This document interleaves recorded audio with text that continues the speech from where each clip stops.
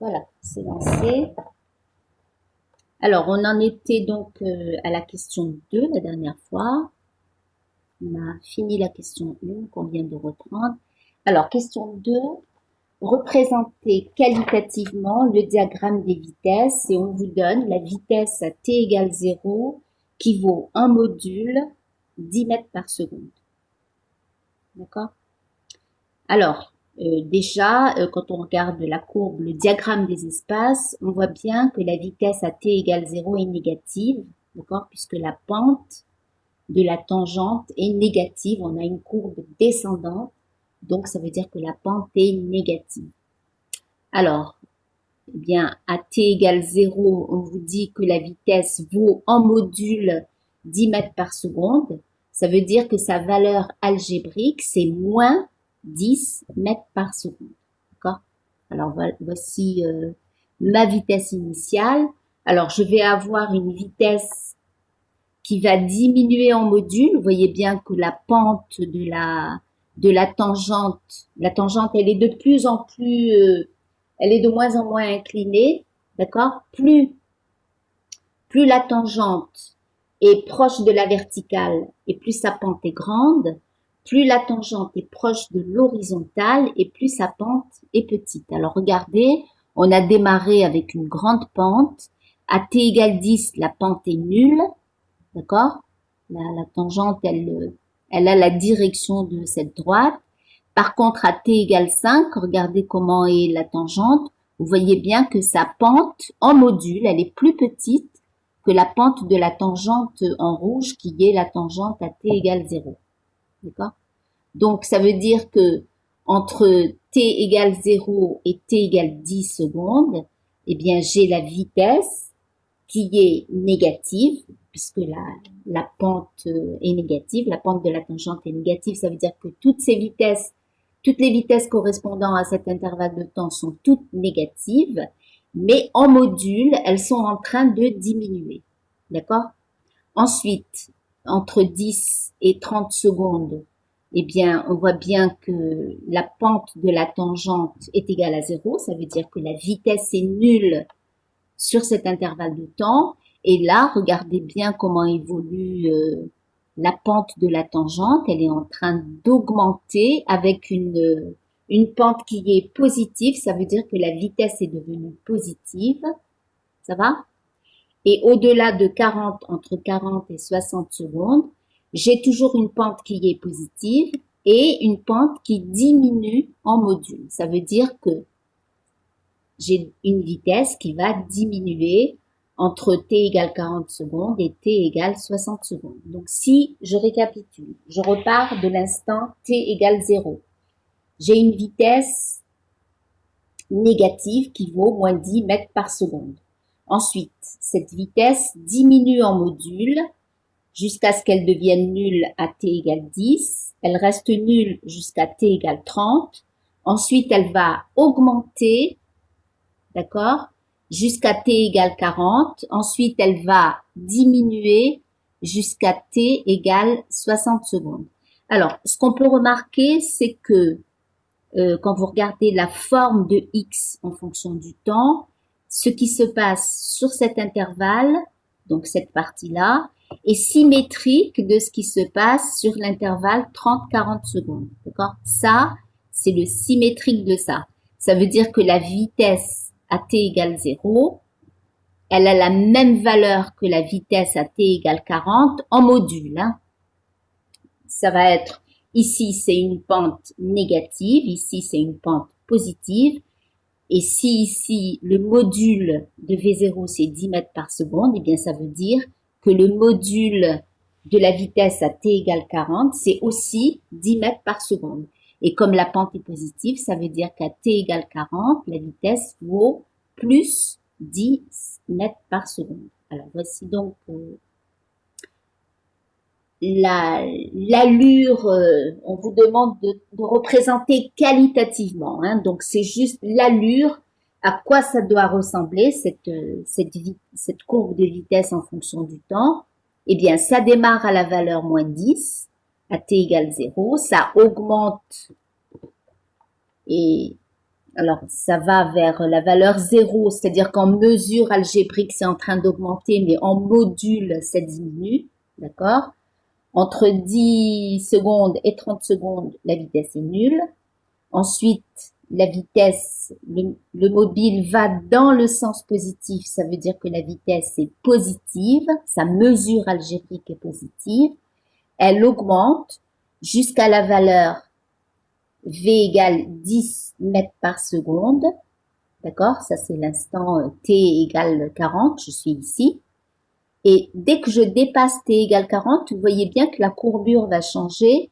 Donc, la pente de la tangente va changer. Ça veut dire que la vitesse est en train de diminuer jusqu'à ce que j'arrive à l'instant T égale 60 secondes, qui est l'instant de rebroussement, c'est-à-dire que c'est l'instant à partir duquel le mobile va changer de sens. Son mouvement va changer de sens. Donc, vous voyez bien que la vitesse devient négative. Alors, non. La vitesse devient négative au-delà de t égale 60 secondes. Vous voyez bien que c'est une courbe descendante, donc la pente est négative, donc la vitesse est négative. Alors, j'ai une question.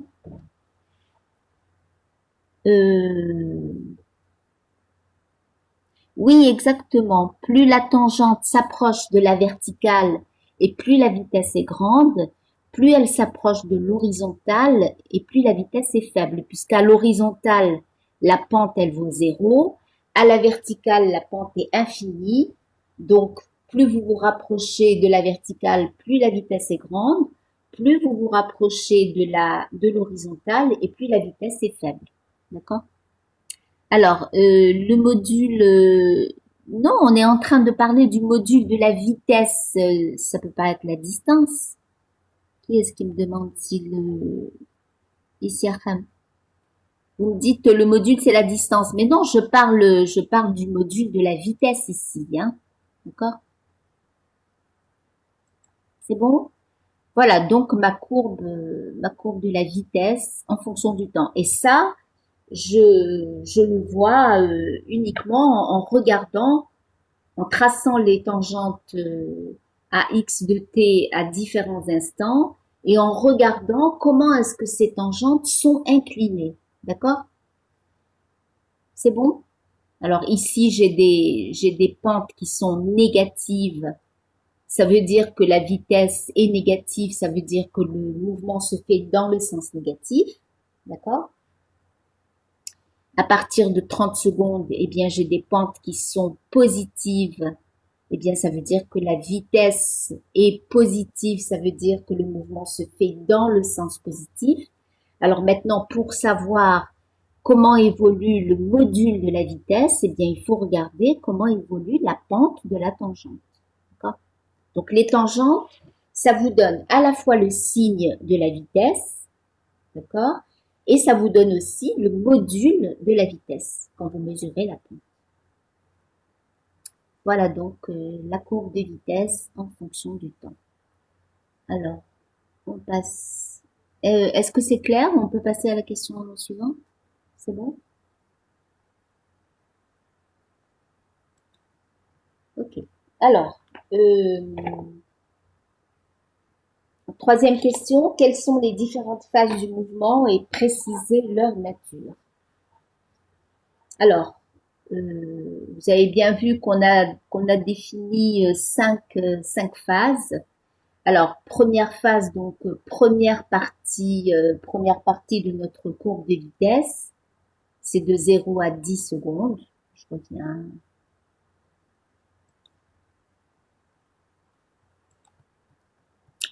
On va faire le raisonnement sur la figure et puis après on reviendra, on va récapituler nos résultats. Alors, première phase, comment est-ce qu'on définit les phases d'un mouvement? Eh bien, on regarde la courbe de vitesse et on regarde les différentes parties de cette courbe de vitesse. Et chaque partie va correspondre à une phase du mouvement. D'accord? Donc, quand on regarde notre courbe de vitesse, eh bien, j'ai une première partie, une deuxième, une troisième, une quatrième et une cinquième. D'accord? Donc, entre 0 et 10 secondes, eh bien, je dois regarder, pour savoir quelle est la nature du mouvement, je dois regarder le signe du produit VA, c'est-à-dire le produit de la mesure algébrique de la vitesse par la mesure algébrique de l'accélération. Alors, vous avez dû voir en cours que l'accélération, c'est la dérivée de la vitesse et que donc pour mesurer graphiquement l'accélération, eh bien, on va mesurer la pente de la tangente à la courbe de vitesse. Alors ici, comme la courbe de vitesse, c'est une succession de droites, pour avoir l'accélération, eh bien, il suffit de mesurer la pente de la droite. D'accord? Donc ici, entre 0 et 10 secondes, eh bien, l'accélération, elle est comment? Eh bien, je fais la vitesse. Alors, je vais chercher une accélération moyenne qui va être valable aussi à n'importe quel instant, puisque la courbe de la vitesse est une droite. Je sais que l'accélération va être constante. Alors oui, c'est pas 10, non. Alors l'accélération, ce sera quoi? Ce sera la vitesse à l'instant de fin de l'intervalle, d'accord? La fin de l'intervalle, c'est t égale 10 secondes. Hein. Alors la vitesse, eh ben, je regarde, je suis à quelle valeur? Je suis à 0, c'est bon? Moins la vitesse au début de l'intervalle, c'est-à-dire moins 10. Donc j'ai 0 moins 10, ça va? Exactement. Divisé par T2 moins T1, c'est-à-dire 10 moins 0. Ça va, vous suivez? Donc, au numérateur, j'ai 0, la valeur finale, moins la valeur initiale qui est moins 10. Au dénominateur, j'ai 10 moins 0. C'est-à-dire que mon accélération, elle vaut 1 mètre par seconde au carré sur l'intervalle 0-10 secondes. Ça va? Sur l'intervalle 10 secondes, 30 secondes, ben vous voyez bien que la vitesse est une droite horizontale, donc elle a une pente qui est nulle. Ça veut dire que l'accélération est nulle. Oui. Alors, sur l'intervalle 0-40 secondes. Alors, je fais la même chose. La vitesse à 40 secondes moins la vitesse à 30 secondes divisé par 40 moins 30. Alors, ça donne quoi? Ça donne encore une fois 1 mètre par seconde. D'accord? Puisque je vais avoir 10 moins 0 divisé par 40 moins 30. Je cherche cette distance-là moins celle-là. D'accord? Exactement. C'est 1 mètre par seconde au carré. Dernière accélération qu'on va mesurer. La vitesse, ça sera sur l'intervalle 40-60 secondes. Donc la vitesse à t égale 60 secondes, c'est 0. Moins la vitesse à t égale 40 secondes, c'est 10. D'accord? Divisé par 60 moins 40, exactement, ça va faire. Alors, Abdelrani, alors, tous ceux qui répondent de 0,5 se trompent, il leur manque quelque chose, il manque le signe. C'est moins 0,5. D'accord ou pas? Tous ceux qui m'ont répondu 0,5.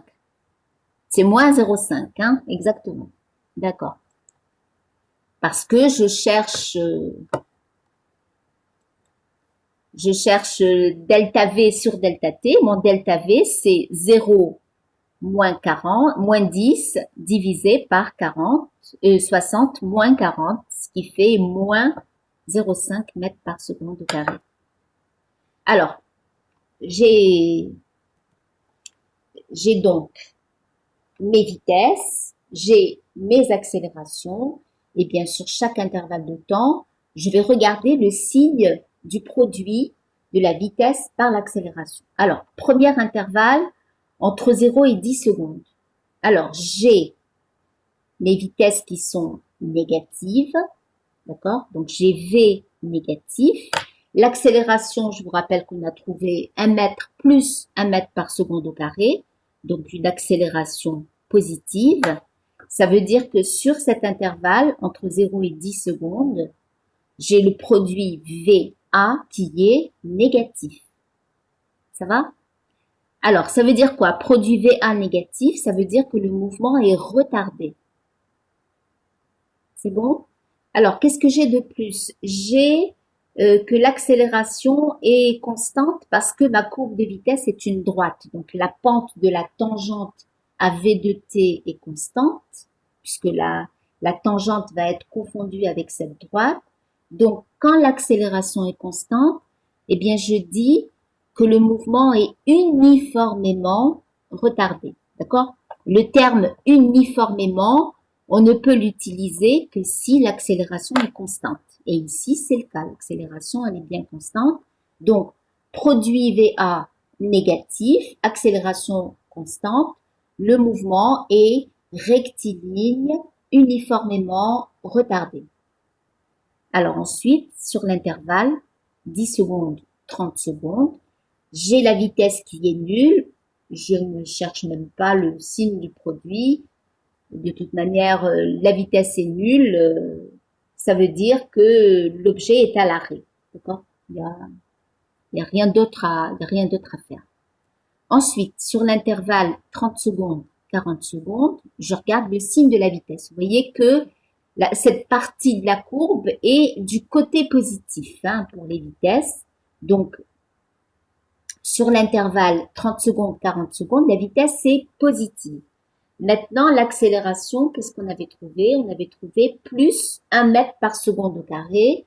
Ça veut dire que c'est une accélération positive. Donc, je répète, vitesse positive, accélération positive. Donc, produit VA positif. Ça veut dire que le mouvement est accéléré. Alors maintenant, est-ce que l'accélération est constante? Eh bien oui, puisque la courbe de vitesse est une droite. Ça veut dire que la pente de la tangente est constante, donc l'accélération est constante. Conclusion, sur cet intervalle, le mouvement est rectiligne, uniformément accéléré. On passe à l'intervalle suivant, entre 40 et 60 secondes. La vitesse est positive, je suis du côté positif sur ma courbe de vitesse. L'accélération, j'avais trouvé moins 0,5 mètres par seconde au carré, donc une accélération négative. Ça veut dire que le produit VA est négatif. Ça veut dire que le mouvement est retardé une nouvelle fois. Alors, est-ce que l'accélération est constante? Oui, puisque la courbe de vitesse est une droite, ça veut dire que l'accélération est constante. Donc, c'est un mouvement rectiligne, uniformément retardé. Alors, dernière phase du mouvement, quand t est supérieur à 60 secondes, j'ai la vitesse qui est négative, l'accélération qui est négative, l'accélération qui est constante parce que la courbe de vitesse est une droite. Donc, c'est un mouvement rectiligne, uniformément accéléré. Alors, voici tous les résultats. Alors, j'ai mis des initiales. Alors, le M pour mouvement, le R pour rectiligne, le U pour uniformément et le R pour retardé. Ici, c'est un mouvement rectiligne uniformément accéléré, mouvement rectiligne uniformément retardé, etc. Alors, il y avait une question ou une... Alors, si le produit VA est positif, ça veut dire que la vitesse est croissante. Oui, oui, exactement. Alors, je vous mettrai ça, dans la classroom. Je vous mettrai la démonstration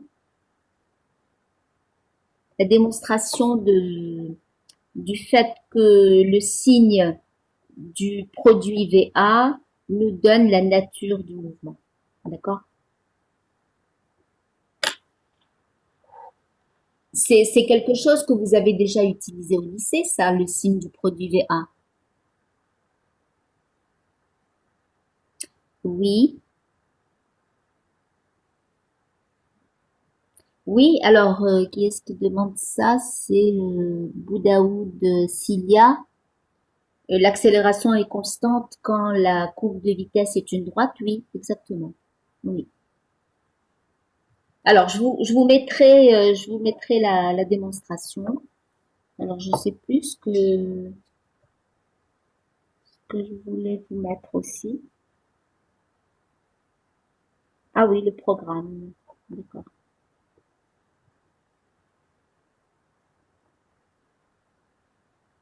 Ok. Bon. Est-ce que c'est bon jusque-là? Vous suivez?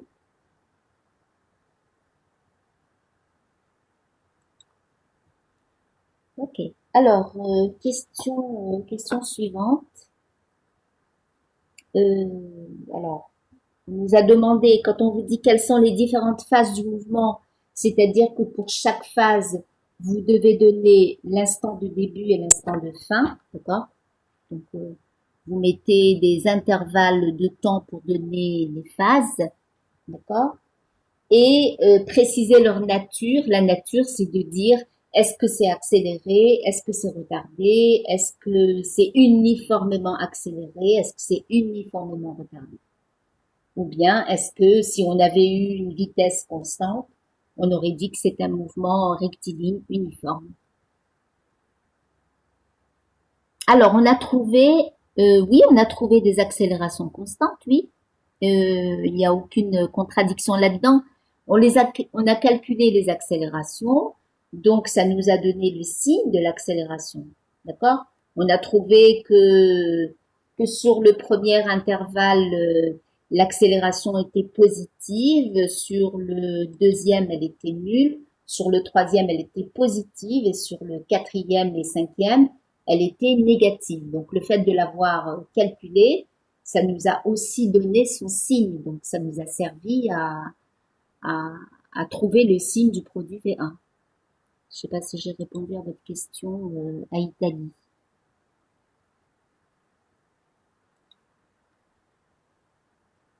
Alors, question suivante. À partir du diagramme des espaces, déterminer la distance parcourue entre les instants 0 et 60 secondes. Alors, je vais revenir à mon diagramme des espaces. Voilà mon diagramme des espaces. Donc, à partir de ce diagramme, on vous demande de trouver la distance parcourue entre l'instant 0 secondes et l'instant 60 secondes. Alors, on fait quoi? Eh bien, on suit, on regarde comment évolue, comment se déplace notre mobile. Alors, d'abord, entre 0 et 10 secondes, non, c'est pas la surface. Ça, c'est le diagramme des espaces, hein. D'accord? Pour savoir quelle est la distance parcourue, ben on regarde, on suit le mouvement de notre mobile. Il est allé de 0 à moins 50, d'accord? Donc il a parcouru 50 mètres dans le sens négatif, ça va? Il s'est arrêté pendant ces 20 secondes ici, il est resté à moins 50. Ensuite, entre l'instant 30 et 40 secondes, il est revenu à x égale 0. Alors, ça veut dire quoi? Ça veut dire qu'il est allé d'abord de 0 à moins 50, donc ça fait déjà 50 mètres. On est en train de chercher une distance, hein. Donc, il a fait 50 mètres dans le sens négatif. Il s'est arrêté, donc il n'y a pas de distance là. Ensuite, il est revenu à la position x égale 0, donc il a encore fait 50 mètres. D'accord? Donc, 50 mètres dans le sens négatif, plus 50 mètres dans le sens positif, plus, entre 40 et 60 secondes, il est allé de x égale 0 à x égale 100. C'est-à-dire qu'il a fait 100 mètres. D'accord? Donc, si je récapitule, la distance parcourue, c'est 50 mètres dans le sens négatif, plus 50 mètres dans le sens positif, donc ça fait 100 mètres, plus 100 mètres dans le sens positif, donc ça fait 200 mètres en tout, exactement. Et ça, on peut le voir On peut le voir sur notre diagramme des espaces. Hein. Voilà. Alors, la distance, c'est la somme des modules de tous les déplacements qui sont faits. Alors, le premier déplacement, c'était dans le sens négatif, c'était moins 50 mètres. Le deuxième déplacement, c'était dans le sens positif, plus 50 mètres. Et le troisième déplacement, c'était dans le sens positif, plus 100 mètres. Ça va? Donc, quand je fais la somme des modules de tous les déplacements qui ont été faits, j'obtiens 200 mètres. Alors, on peut retrouver cette distance à partir de la courbe de vitesse. Alors, c'est là que, comme comme le déplacement, je vais aussi faire, je vais écrire que la distance, c'est la somme des modules de tous les déplacements effectués. Et si je reviens à ma courbe de vitesse, ben vous avez vu que pour passer de la position, de la vitesse au déplacement, eh bien, on doit mesurer des aires sous la courbe de vitesse. Alors, premier déplacement, eh bien, c'est la surface de ce triangle. Alors, je vous rappelle, la distance parcourue entre 0 et 60 secondes. Donc, je vais chercher la somme de tous les des modules de déplacement. Alors ici, premier déplacement, eh bien, je mesure cette surface, la surface du triangle ici. Oui, c'est ça, c'est une intégrale. Alors, la surface de ce triangle va me donner V, X à l'instant 10 moins X à l'instant 0. D'accord? Je vous rappelle que la vitesse étant la dérivée de la position, eh bien, le déplacement, ça va être l'intégrale de la vitesse. Donc, si vous cherchez le déplacement entre l'instant 0 et l'instant 10 secondes, eh bien, vous devez mesurer cette surface. Alors, cette surface, c'est quoi? C'est la surface d'un triangle qui a pour base 10 secondes, pour hauteur moins 10 mètres par seconde au carré. D'accord? Donc, ça va faire, moins 10 mètres par seconde. Donc, ça fait, alors la surface d'un triangle, c'est la base par la hauteur divisée par 2. Donc, j'ai 10 fois moins 10 divisé par 2, c'est-à-dire moins 50. Exactement. Alors, attention, je dois prendre le module de moins 50. Donc, ça me fait 50. C'est bon? Alors, entre 10 et 30, la courbe de vitesse est confondue avec l'axe des temps, donc ça veut dire qu'il n'y a pas de déplacement. 0, exactement. Entre 30 secondes et 60 secondes, eh bien, je vais mesurer la surface de ce triangle-là, le triangle qui est au-dessus entre la courbe de vitesse et l'axe des temps. Alors, la base, la hauteur par la base divisée par 2. La hauteur, c'est quoi? La hauteur, c'est 10, ça va? 10 mètres par seconde. La base, c'est 30 secondes. Donc, ça fait 10 par 30 divisé par 2, 150, exactement. C'est bon? Alors, je fais la somme des modules des déplacements. Donc, ici, j'avais trouvé moins 50, donc le module de moins 50, c'est 50. Ici, j'ai trouvé plus 150, donc 50 plus 150 égale 200. Exactement, on retrouve le même résultat qu'en regardant le diagramme des espaces. Voilà, donc le détail du calcul. Hein. Alors ensuite, oui, 200 mètres. Très bien. Alors ensuite, calculer la vitesse moyenne sur l'intervalle 0,40 secondes. Alors, on applique la définition de la vitesse moyenne, c'est-à-dire que c'est le déplacement divisé par l'intervalle de temps. Alors, le déplacement, c'est la position à l'instant final moins la position à l'instant initial. Si je cherche ça sur l'intervalle 0,40 secondes, donc ça me donne x à t égale 40, moins x à t égale 0. divisé par l'intervalle de temps, c'est 40 moins 0. C'est bon? Alors, si on revient à notre diagramme des espaces pour avoir la valeur de x à t égale 40, eh bien, le diagramme des espaces me dit que à t égale 40, x égale 0, qu'à t égale 0, x égale 0, et que donc la vitesse moyenne sur cet intervalle, c'est 0 mètres par seconde. Alors, ce qu'il faut remarquer, c'est que le mouvement a duré 60 secondes, un petit peu plus de 60 secondes.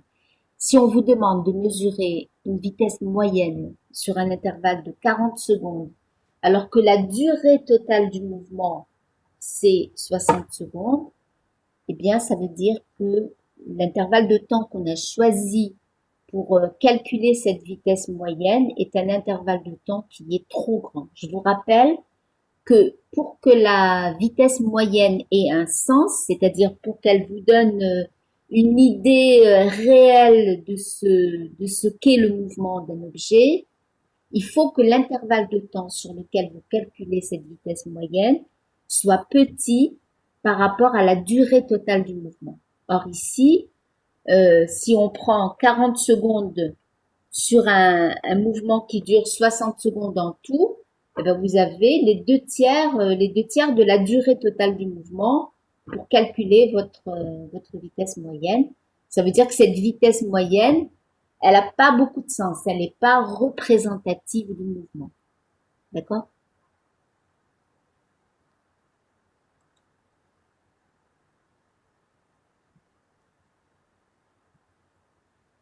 Oui, c'est delta x sur delta t, c'est ce qu'on a fait hein, en calculant x à l'instant 40 moins x à l'instant 0, ben on a cherché delta x et delta t, c'est 40 moins 0. D'accord? Voilà. Alors, l'exercice 2 est terminé. Alors, je ne fais pas l'exercice 3, mais je vous donne la solution. Hein.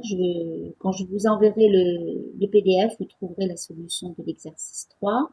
Alors, est-ce que quelqu'un a essayé de le faire et si vous avez eu des difficultés, on peut en discuter rapidement? Non, personne n'a essayé de le faire. Esma, vous avez essayé de le faire? Et alors, vous trouvez ces résultats?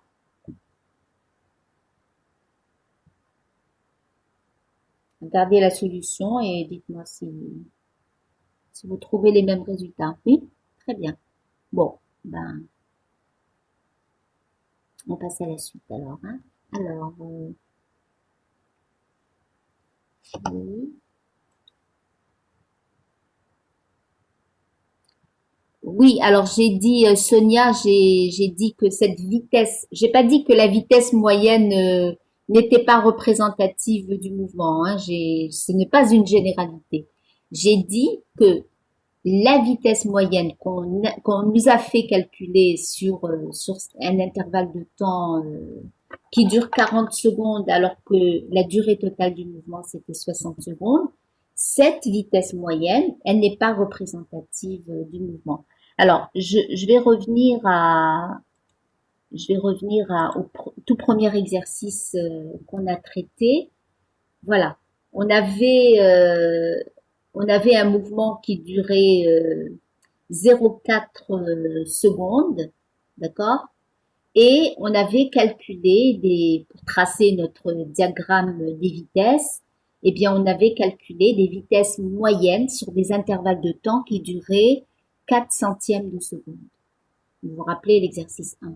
Eh bien, ces vitesses moyennes qu'on a calculées sur des petits intervalles de 0,04 secondes, eh bien, chaque vitesse moyenne était représentative de l'intervalle de temps sur lequel on l'a calculé. D'accord? Et comme ces intervalles de temps étaient tous petits par rapport à la durée totale du mouvement, eh bien, en définitive, toutes les vitesses moyennes qu'on a calculées sur chacun de ces intervalles, eh bien, nous ont donné, ces vitesses moyennes, nous ont donné une idée de l'évolution du mouvement. D'accord? Parce que on a calculé ces vitesses moyennes sur des intervalles de temps qui étaient petits devant la durée totale du mouvement. Par contre, ici, la vitesse moyenne qu'on vous a demandé de calculer, eh bien, c'était une vitesse, je reviens à la page 2. Regardez, le mouvement a duré 60 secondes et on vous a demandé de chercher la vitesse moyenne sur l'intervalle 0-40 secondes. 40 secondes par rapport à 60 secondes, on ne peut pas dire que ce soit petit devant la durée totale du mouvement. Donc, la vitesse moyenne qu'on a calculée sur un intervalle de temps qui est grand relativement à la durée totale du mouvement, eh bien, elle n'a pas beaucoup de sens. Elle n'est pas représentative du mouvement de la de notre mobile. Alors, j'ai pas pu faire la question 4, mais je vous donne la solution. Vous regarderez, je vous enverrai le PDF ce soir, hein. Vous regarderez la solution de la question 4 et si vous comprenez toujours pas, eh ben on reverra ça la prochaine fois. D'accord? C'est bon? Voilà, il faut aussi que vous fassiez des efforts de votre côté, hein. Voilà. Alors, je reviens aux énoncés.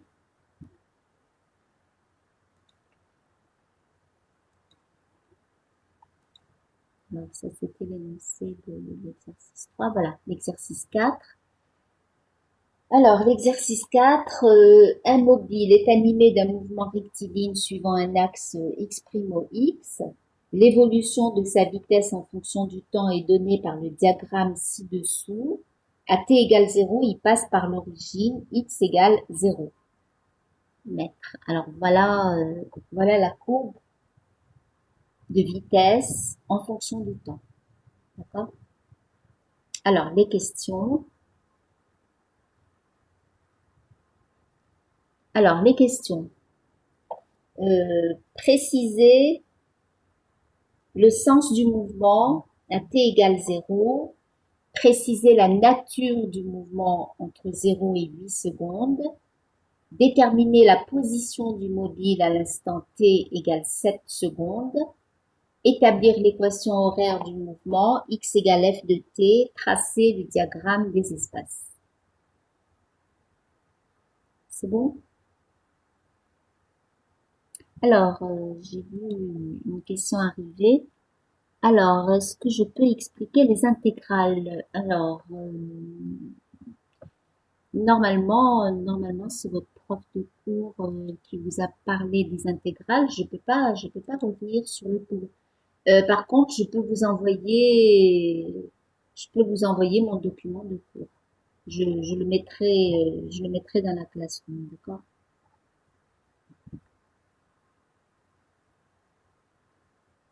Je vous mettrai, euh, je vous mettrai la partie intégrale, d'accord? Voilà. Si vous avez encore des difficultés malgré les explications du cours.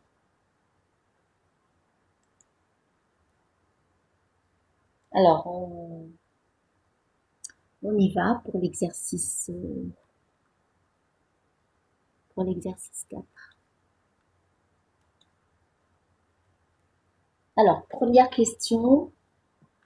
Bon, je reproduis ici la courbe de vitesse de l'énoncé.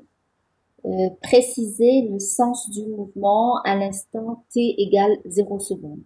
Alors, comment savoir quel est le sens du mouvement quand vous avez une courbe de vitesse? Eh bien, vous regardez si la vitesse est positive, eh bien, ça veut dire que le sens du mouvement est dans le sens positif. Si la vitesse est négative, ça veut dire que le sens du mouvement est dans le sens négatif. C'est-à-dire que sur votre axe x' au x, qui est votre trajectoire, eh bien, le sens positif, il est sur votre axe x' au x. Vous avez tout ce qui est à droite de l'origine et tout ce qui est à gauche de l'origine. Si vous allez vers la droite, vous êtes dans le sens positif. Et si vous allez vers la gauche, vous êtes dans le sens négatif. D'accord? Donc ici, vous avez sur l'intervalle qui va de 0 secondes jusqu'à 3 secondes, vous voyez bien, voici votre axe des temps. Hein. Tout ce qui est au-dessus, c'est des vitesses qui sont positives. Tout ce qui est en dessous, ce sont des vitesses qui sont négatives. Donc, ce qu'on peut constater ici, c'est que entre 0 et 3 secondes, la vitesse est positive. Ça veut dire que l'objet se déplace dans le sens positif et que de 3 secondes à 8 secondes, la vitesse est négative. Ça veut dire que l'objet se déplace dans l'autre sens, il se déplace dans le sens négatif. C'est bon? Alors, eh ben déjà, à t égale 0, je regarde la valeur de la vitesse. Eh bien, c'est plus 2. Oui, une vitesse négative, ça veut dire qu'il fait marche arrière. Ça dépend s'il était déjà dans le sens positif, on dit qu'il fait marche arrière. Mais s'il est parti de l'origine et qu'il est parti vers l'arrière, ben oui, c'est dans le sens négatif. Non, quand vous dites sens opposé au sens du départ, euh, ça dépend. Au départ, rien ne dit que quand l'objet a quitté sa position initiale, il est allé vers la droite. Peut-être qu'il était allé vers la gauche, d'accord? Et à ce moment-là, il se déplace dans le sens négatif. C'est pas relativement à comment il se déplaçait avant, mais relativement à l'orientation, au sens positif que vous avez choisi sur votre trajectoire. D'accord? Alors, par exemple, je vais dire que je vais de Alger à Cherchell, d'accord? Et que mon sens positif, je trace une droite, je trace une droite sur une carte, hein, et je vais dire que mon sens positif, c'est d'Alger à Cherchell. Et le sens négatif, c'est de Cherchell à Alger, vers Alger. D'accord? Alors, si je suis à Tipaza, c'est-à-dire je suis entre Alger et Cherchell. D'accord?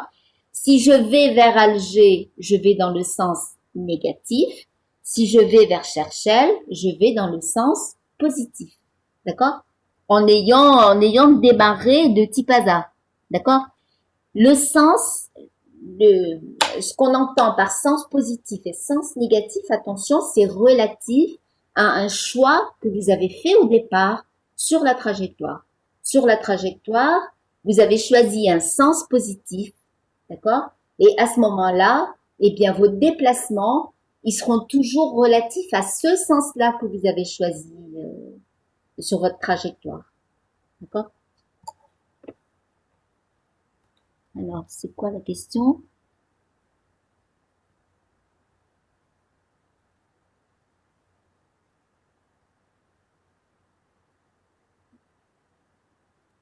Oui, c'est le sens que vous choisissez comme sens positif. Quand vous orientez votre trajectoire, bah, vous avez choisi un sens positif.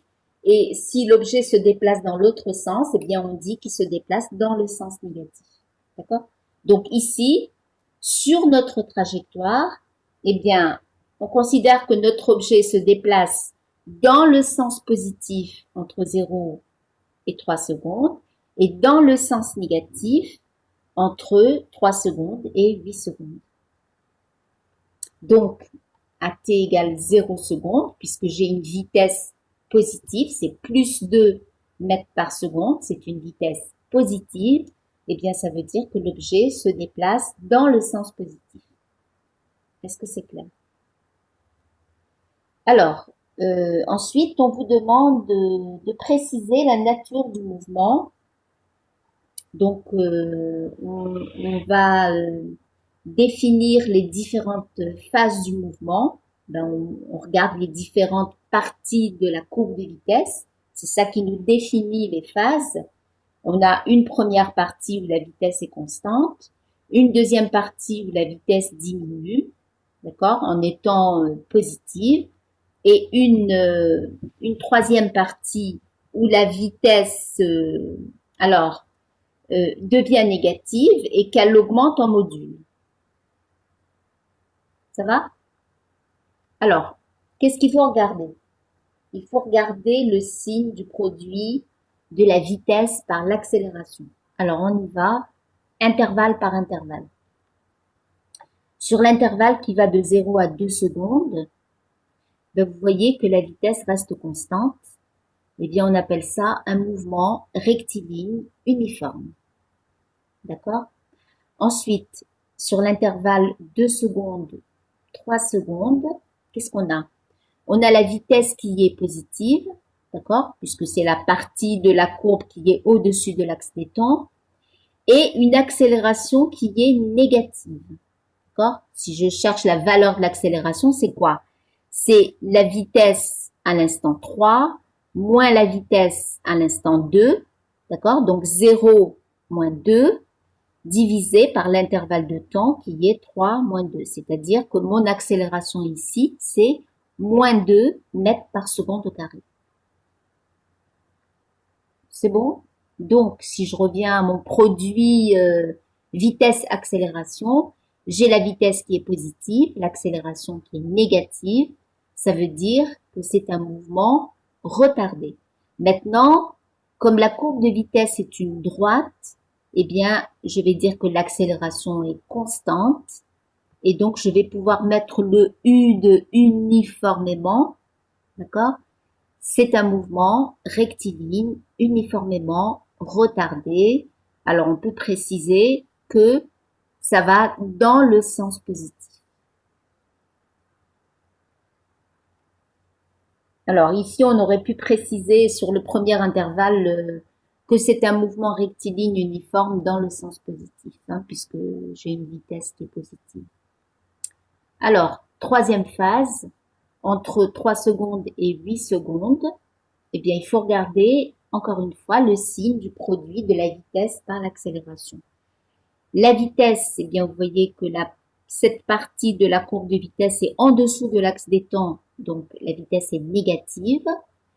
L'accélération est négative aussi, d'accord? La pente de cette droite est négative, donc le produit VA est positif. Exactement. J'ai aussi que la courbe de vitesse est une droite et que ça a comme conséquence que l'accélération est constante.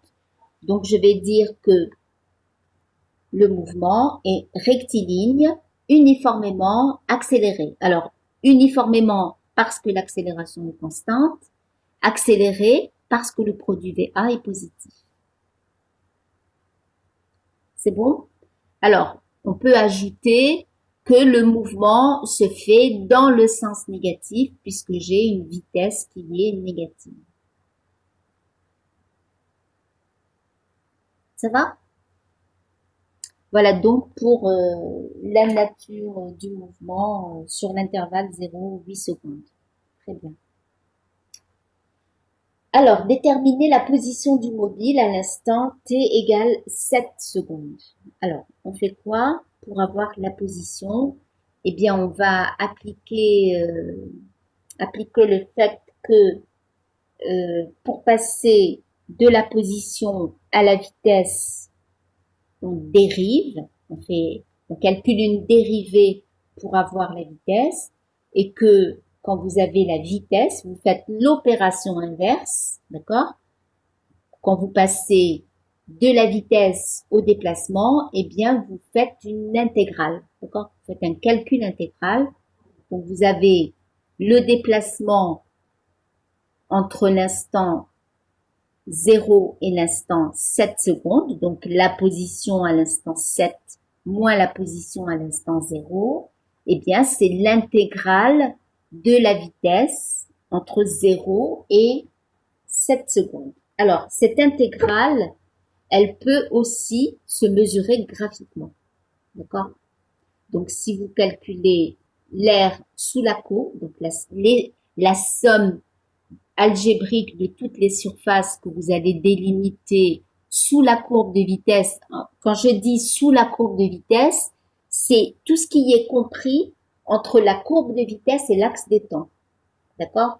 Donc, si je cherche ça entre 0 et 7 secondes, eh bien, il va y avoir une première surface qui va être la surface de ce trapèze, plus une deuxième surface qui va être la surface de ce triangle. Alors attention, cette fois, je fais une somme algébrique, c'est-à-dire que mes surfaces, je ne prends pas leur module, je prends la valeur algébrique que je vais trouver. On y va?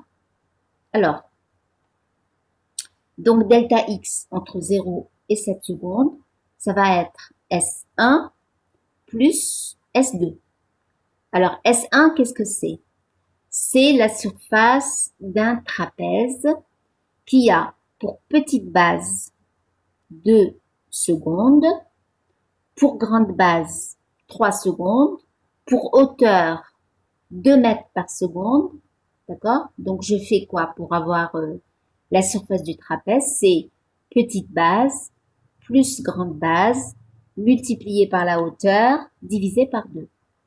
C'est bon? Alors voici S1. Alors petite base c'est 2, grande base c'est 3, hauteur c'est 2 et je divise par 2.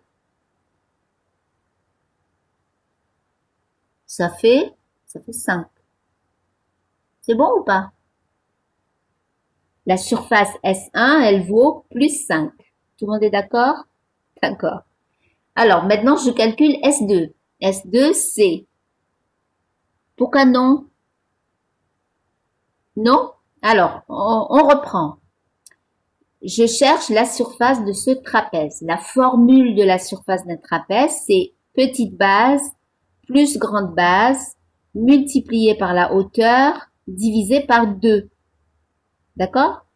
Donc, petite base, c'est 2, grande base, c'est 3, la hauteur, c'est 2, et je divise par 2. Donc, 2 plus 3 par 2 divisé par 2.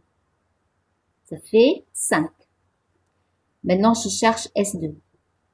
Alors, c'est la surface d'un triangle qui a pour base 4. D'accord? 1, 2, 3, 4. Alors 4 secondes, qui a pour hauteur moins 4 mètres par seconde. D'accord? Donc ça va faire 4 fois moins 4 divisé par 2. C'est bon? Donc moins 8. Exactement. Donc je fais la somme de S1 et de S2. Pour S1, j'ai trouvé 5. Pour S2, j'ai trouvé moins 8. Donc ça me fait moins 3 mètres. Est-ce que tout le monde a suivi ce calcul?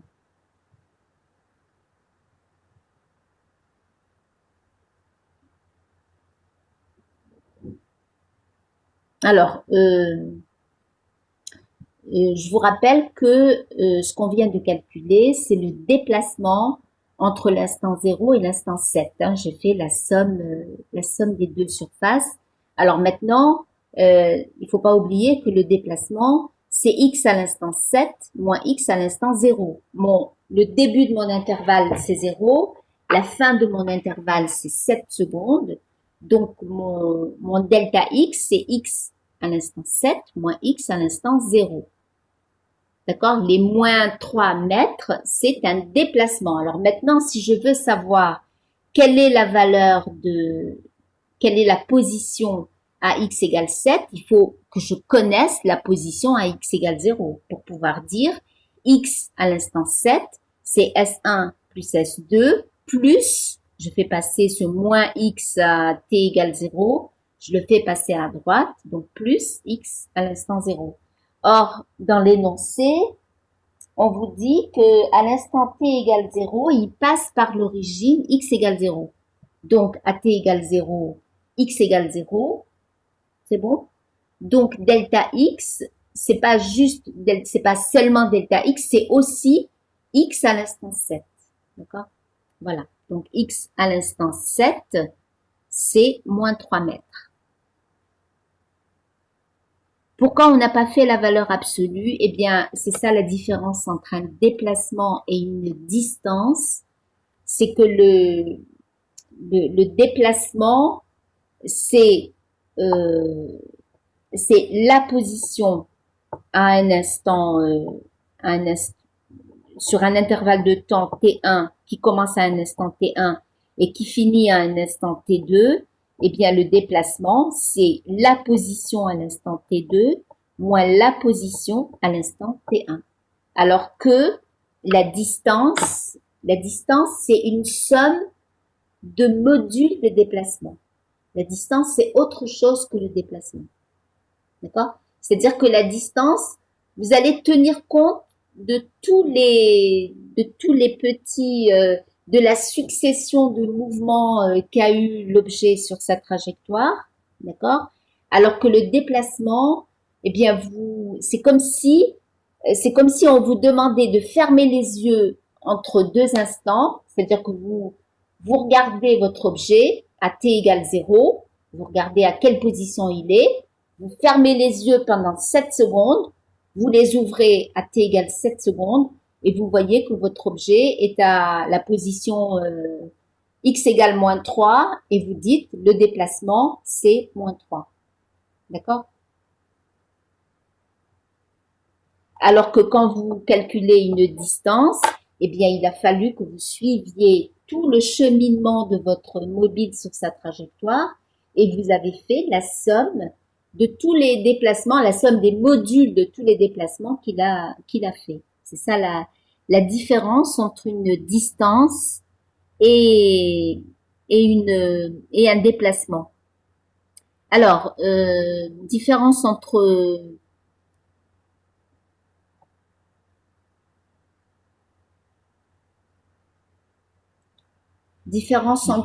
position et déplacement. Le déplacement, c'est une variation de la position. C'est-à-dire qu'un déplacement, c'est comment est-ce que la position a changé entre un instant et un autre. C'est-à-dire que la position, elle a une valeur à un instant t1, elle a une autre valeur à un instant t2, et le déplacement, eh bien, c'est x de t2 moins x de t1. Alors que la position, c'est une position à un instant donné. Un déplacement, c'est relatif à un intervalle de temps. Vous avez un début et une fin de l'intervalle et vous regardez comment est-ce que la position a changé entre le début de l'intervalle et la fin de l'intervalle. C'est ça le déplacement.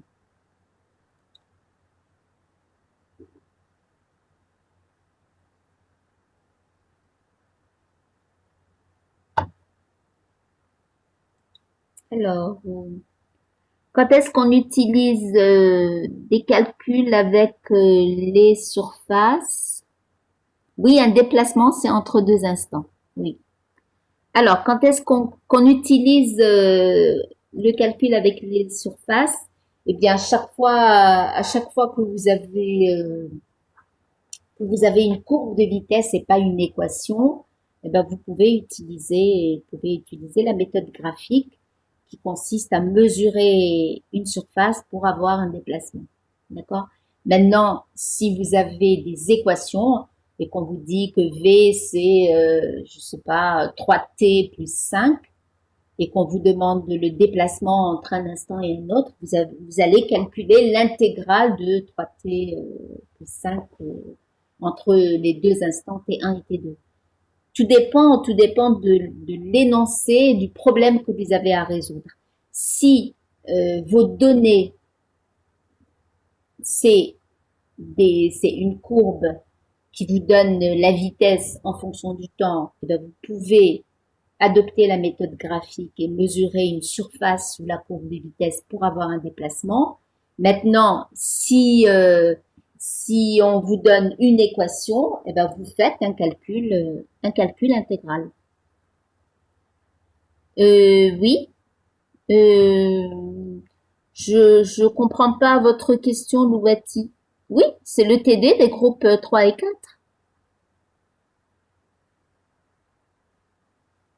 Vous n'êtes ni du groupe 3 ni du groupe 4, Louati. Les groupes 1 et 2, c'est avec Madame Halal, hein. Moi, je ne m'occupe que des... Ah, d'accord. D'accord. Mais je prends les deux groupes, hein.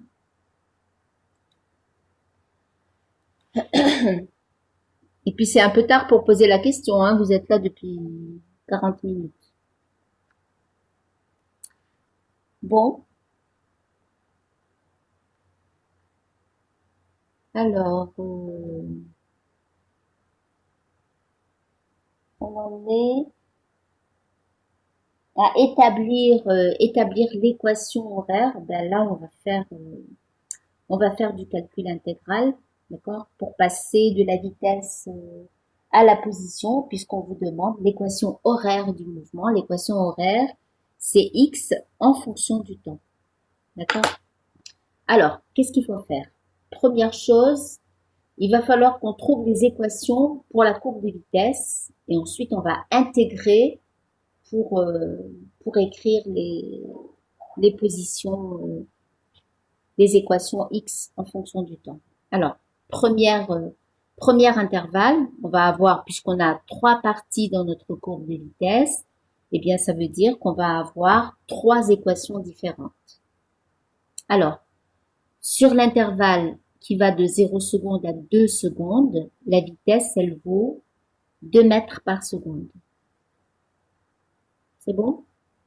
Alors, l'intégrale d'une constante alpha, eh bien, son intégrale, c'est la fonction alpha t plus bêta. D'accord? Alors, le alpha, bah, c'est la valeur de la constante. Et le bêta, c'est la valeur à l'origine. C'est-à-dire que ici, j'aurais dû écrire 2t plus, plus une constante.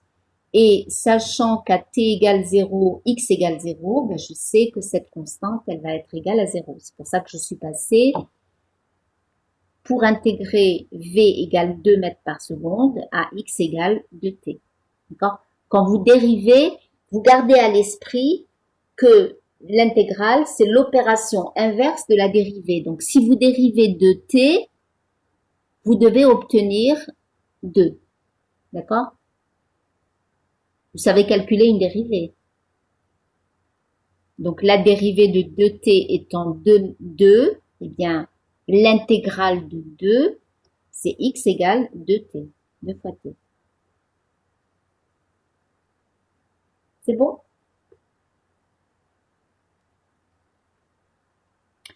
Alors, l'intervalle suivant. L'intervalle suivant, ça va être un petit peu plus compliqué.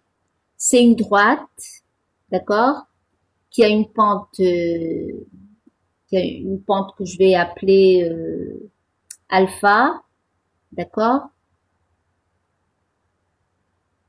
Donc c'est une droite qui va s'écrire sous la forme v égale alpha t plus bêta.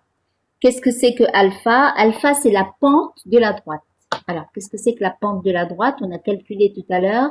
On a trouvé que c'était moins 2. D'accord? La pente de cette droite, c'est 0 moins 2 divisé par 3 moins 2, c'est-à-dire moins 2. C'est bon? Alors, j'écris donc que l'équation de cette droite s'écrit sous la forme alpha t plus bêta, alpha étant la pente de la droite étant moins 2, j'écris que v, c'est moins 2t plus a. A étant une constante. Maintenant, cette constante, eh bien, je peux la trouver si je connais une valeur particulière de la vitesse. Alors, comment je fais pour avoir cette constante A? Eh bien, je vais chercher dans cet intervalle, entre 2 et 3 secondes, est-ce qu'il y a un instant où je connais la valeur de la vitesse? Eh bien, je le connais à t égale 2, je sais que la vitesse, elle vaut 2. Je le connais aussi à t égale 3, je sais que la vitesse est égale à 0. D'accord? Alors, on va choisir plutôt cette valeur. Je vais écrire que V à l'instant 3, c'est 0.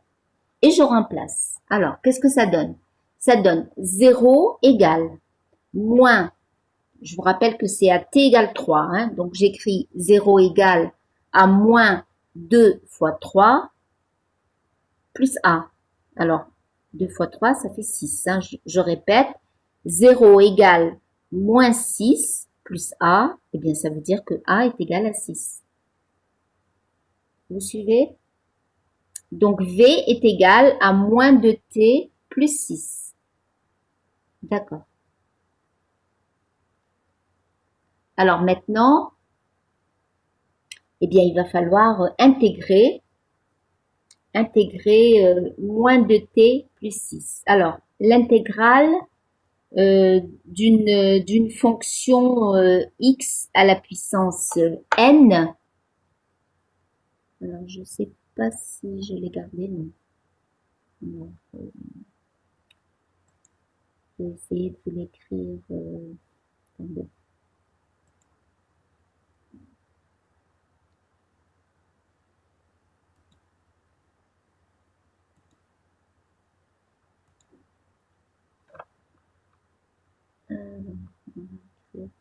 Texte.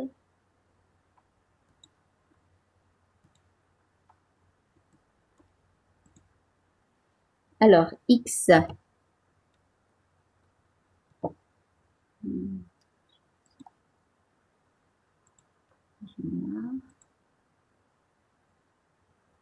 Alors, x à la puissance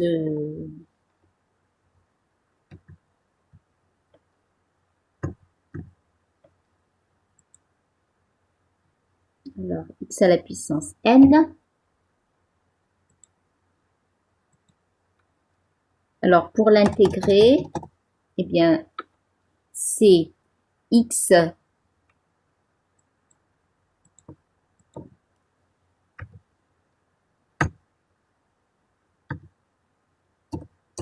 alors x à la puissance n plus 1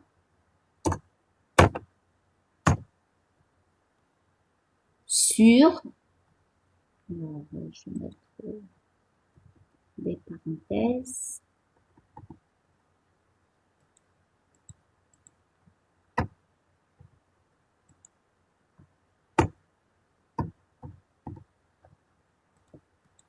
bon. C'est x à la puissance n plus 1 sur n plus 1.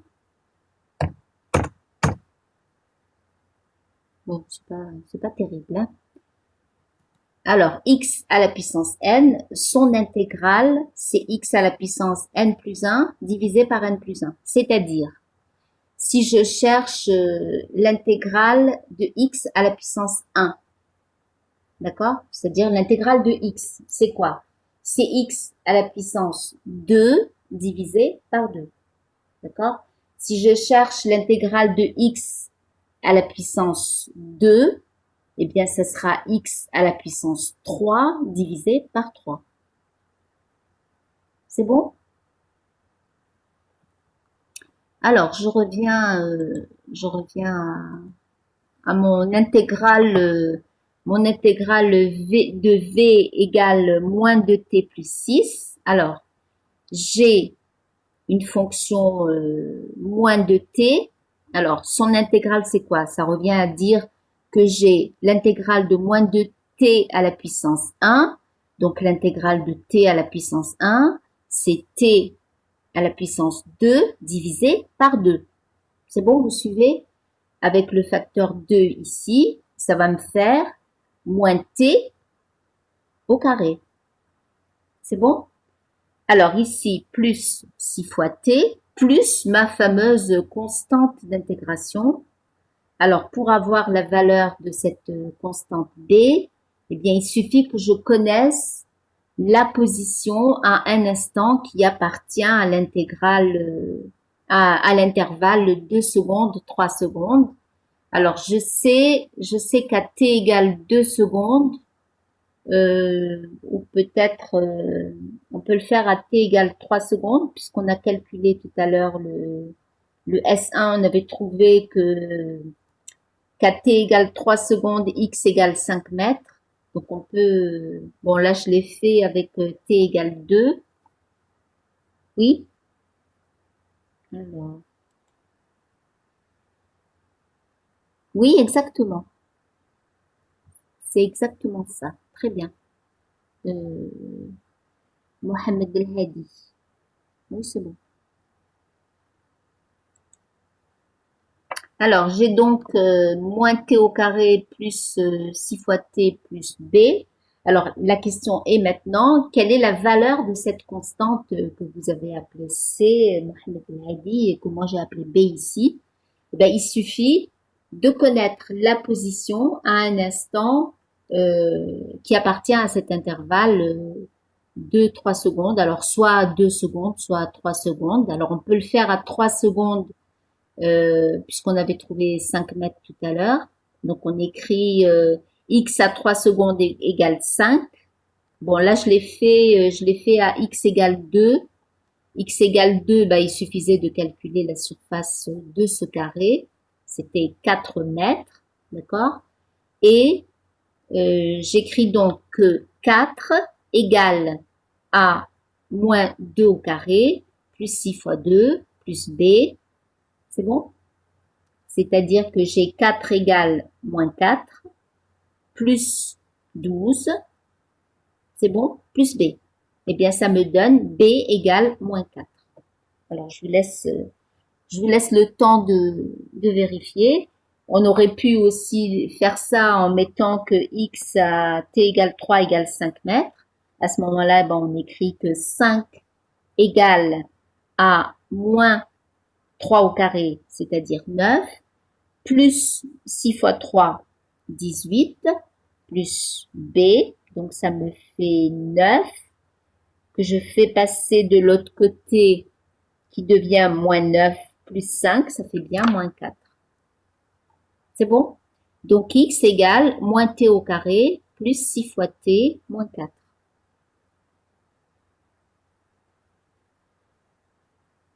Alors, qu'est-ce que vous avez écrit? Pourquoi 8?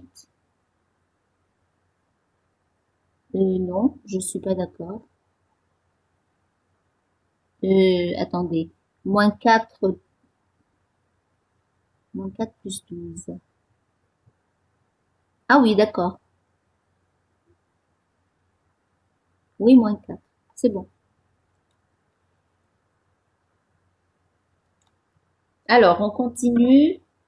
Dernière partie de ma courbe de vitesse, c'est entre 3 secondes et 8 secondes.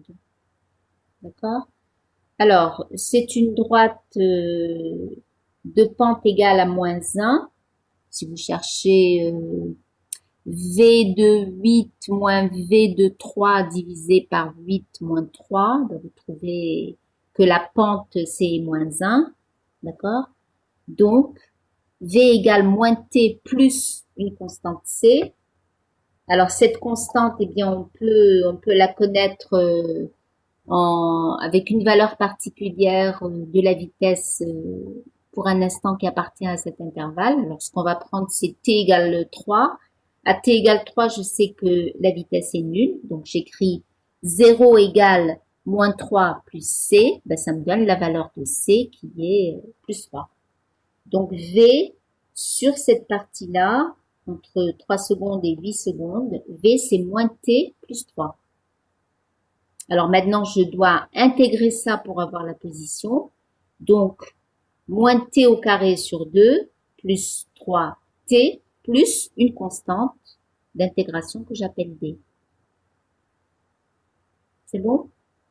Alors, cette constante d'intégration, eh bien, pour l'avoir, il suffit d'écrire X à un instant pour lequel je connais cette position. Alors, quel est l'instant où je connais la position dans cet intervalle? Eh bien, on a fait un calcul à la question 3. On avait cherché la position à l'instant 7. On avait trouvé que c'était moins 3.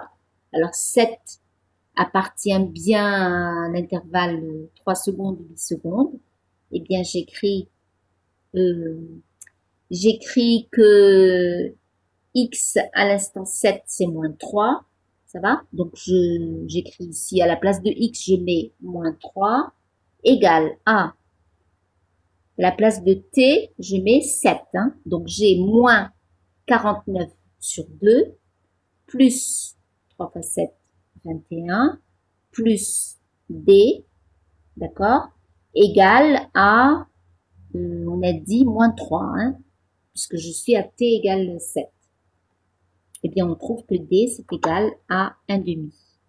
Donc, X, c'est moins T au carré sur 2, plus 3T, plus 1 demi. Alors, X de 7, c'est moins 3, c'est pas moins 8. Louati, pourquoi vous dites que c'est moins 8? X de 7, on l'a calculé à la question 3 et on a trouvé que c'était moins 3. On avait fait S1 plus S2. D'accord? Je vous rappelle que S2 a une mesure algébrique négative. D'accord? Donc, ça faisait 5 moins 8 égale moins 3. C'est bon ou pas? Louati? Oui, exactement.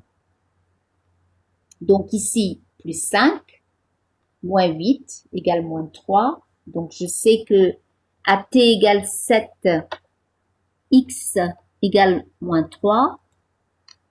C'est bon? Et je remplace moins 3 égale à moins 7 au carré plus 6 fois 7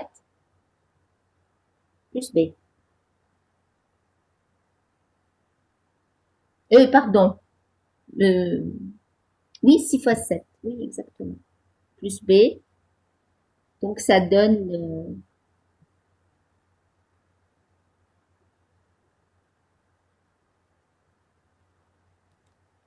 Pardon, excusez-moi, c'était pas du tout là, c'était là. Hein, mon équation, c'était moins t au carré sur 2 plus 3t plus d. Donc, moins 3 égale à moins 7 au carré sur 2 plus 3 fois 7 plus d. Donc, ça donne bien d égale 1 demi. Est-ce que vous avez vérifié, vous trouvez que d est égal à 1 demi?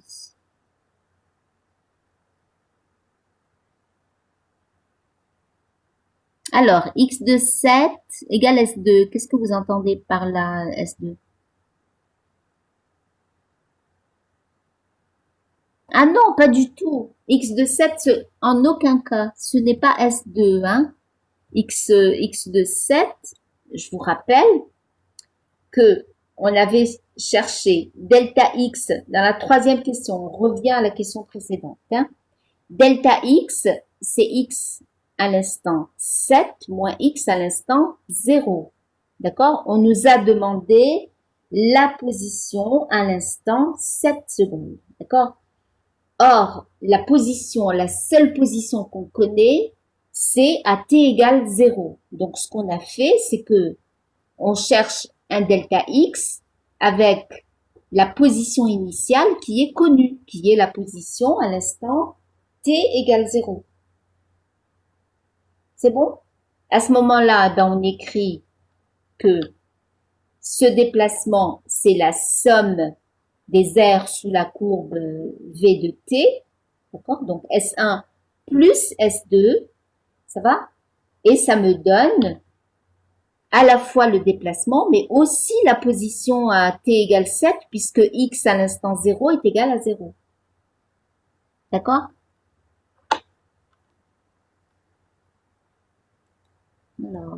C'est bon, d'accord. Ok, tant mieux. Alors, je reviens donc à ma dernière partie. On a dit que V, c'était moins T plus 3. D'accord? La constante C, elle était facile à trouver, hein. Ensuite, on intègre. Donc, moins T au carré sur 2, plus 3T, plus une constante que j'ai appelée D.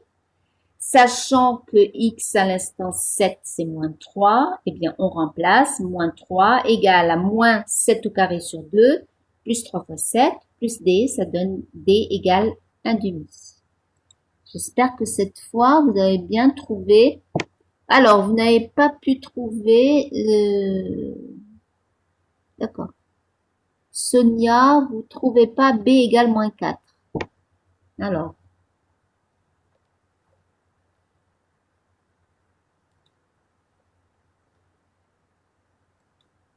Alors, vous êtes en retard d'une étape, hein.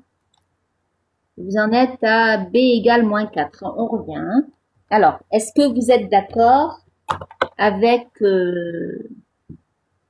avec l'expression v égale moins 2t plus 6? Sonia, c'est bon ou pas? Vous avez suivi jusque-là? Oui? D'accord. Alors, on va intégrer moins 2t plus 6. D'accord? Alors, l'intégrale de moins de t, c'est t, c'est moins t au carré. Donc, j'ai moins t au carré. L'intégrale de 6, c'est 6 fois t. D'accord? Et je rajoute une constante d'intégration. D'accord? Alors, maintenant, vous avez compris l'intégrale. Très bien. Alors, maintenant, ce qui vous manque, c'est comment on cherche la constante b. Alors, la constante b, vous regardez. D'accord. Alors, vous regardez pour un instant en particulier qui appartient à l'intervalle 2 secondes, 3 secondes, si vous connaissez la position. D'accord? Alors, soit, alors, l'intervalle 2 secondes, 3 secondes, je vais chercher la position soit à t égale 2 secondes, soit à t égale 3 secondes. Alors, qu'est-ce que vous préférez? À 2 secondes ou à 3 secondes?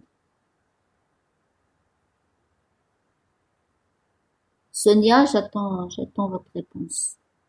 À 2 secondes, d'accord. Alors, comment on fait? Comment on fait pour avoir la position à 2 secondes? On se sert de notre graphe, d'accord? Alors, à 2 secondes, eh bien, je sais que si je calcule la surface de ce carré, je vais chercher...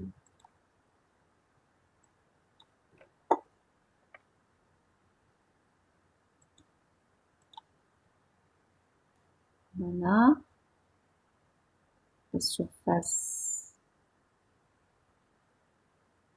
C'est bon?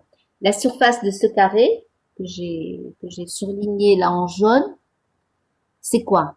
Eh bien, c'est x à l'instant 2 secondes moins x à l'instant 0 secondes. D'accord? Si je fais ce calcul, je calcule. Alors, attention, c'est pas des mètres carrés, hein, c'est faux ce que vous avez écrit ici. C'est 2 mètres par seconde multiplié par 2 secondes, donc ça fait 4 mètres. C'est un déplacement hein, qu'on est en train de chercher.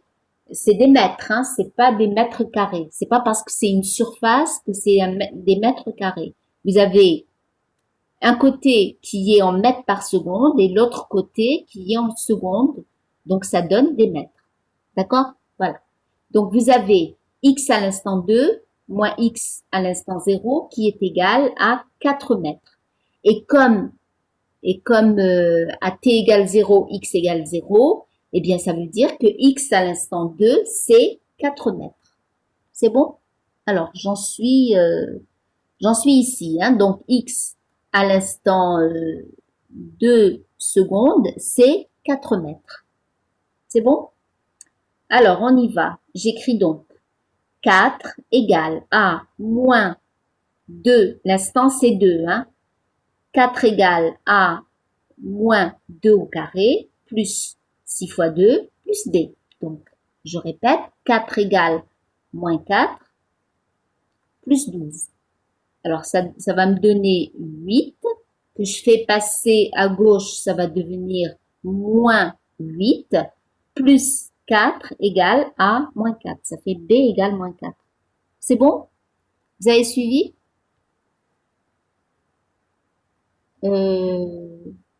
C'était Sonia qui avait un problème avec ça. C'est bon, Sonia?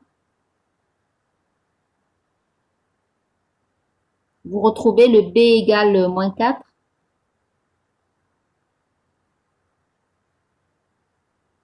Bon. Alors,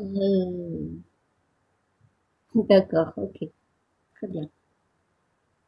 Bon, et ben c'est exactement de la même façon qu'on trouve la constante D à partir de la position x égale 7 qu'on a calculé tout à l'heure, d'accord? Donc on a mis moins 3 égale à moins 7 au carré sur 2, plus 3 fois 7, plus D, ça nous donne D égale 1 demi.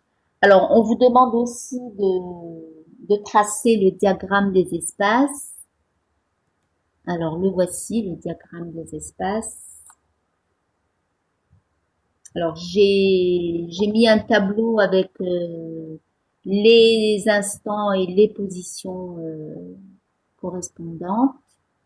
Et, oula, c'est quoi ça? Bon,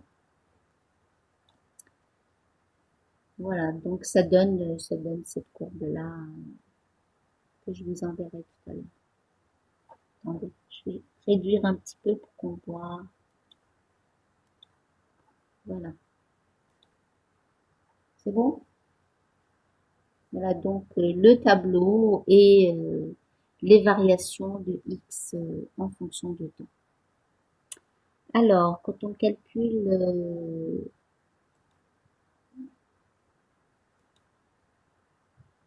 alors, quand on a calculé la surface du carré, pourquoi avez-vous calculé la distance? Vous avez dit que la distance, c'est la surface. Oui, j'ai dit que que le déplacement était mesuré par l'air sous la courbe de la vitesse. Alors, je reviens.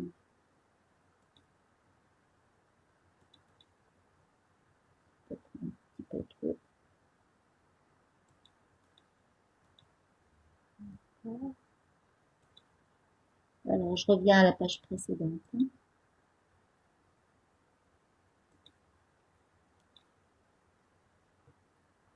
Voilà. Alors, j'ai dit que quand je mesure cette surface-là, d'accord, le S1 ici, c'est la surface de ce trapèze. Alors, attendez, on va faire comme tout à l'heure.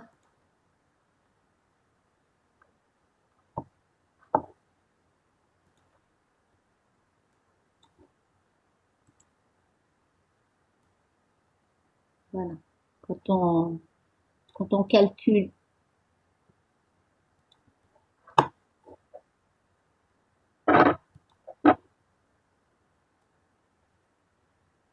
voilà. Quand on calcule cette surface-là, on fait quoi? Eh bien, on mesure un déplacement. D'accord? On mesure le déplacement entre l'instant 0 et l'instant 3 secondes. D'accord? On a la surface de ce trapèze et ça nous a donné alors le S1. Ce n'est pas une surface au sens géométrique. Hein. Ça va pas vous donner des mètres carrés. Pour que ce soit des mètres carrés, il aurait fallu que ici j'ai des mètres et que là j'ai des mètres aussi. Or là, vous voyez bien que vous avez des temps et des vitesses. Donc quand vous calculez la surface, cette surface-là, eh bien cette dimension, c'est des mètres par seconde et cette dimension, eh bien c'est des secondes. D'accord? Donc horizontalement, vous avez des temps et verticalement, vous avez des vitesses. Et quand vous multipliez une vitesse par un temps, eh bien ça vous donne une longueur. D'accord? Donc S1, forcément le résultat que vous allez obtenir pour S1, ce sera des mètres. D'accord? Des mètres par seconde, ça vous donne des mètres. Et pareil, quand vous cherchez la surface de ce triangle-là, quand vous cherchez S2, eh bien, ça vous donne le déplacement entre l'instant 3 secondes et l'instant 7 secondes. Eh bien, encore une fois, cette dimension-là, c'est des temps. Celle-ci, c'est des vitesses. Donc, vous multipliez des mètres par seconde, vous les multipliez par des secondes, ça vous donne des mètres. Donc, quand vous additionnez ces deux surfaces, eh bien, vous obtenez x à l'instant 7 moins x à l'instant 0. Ça va, c'est clair? Je ne sais pas qui m'avait posé la question.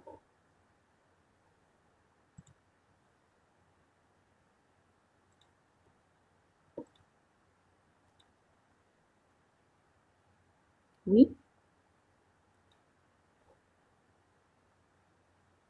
Alors, il manque ici, c'est pas des mètres multipliés par des secondes, c'est des mètres par seconde, hein, ici. Bon, peu importe, je corrigerai ça dans le PDF. Est-ce que c'est bon?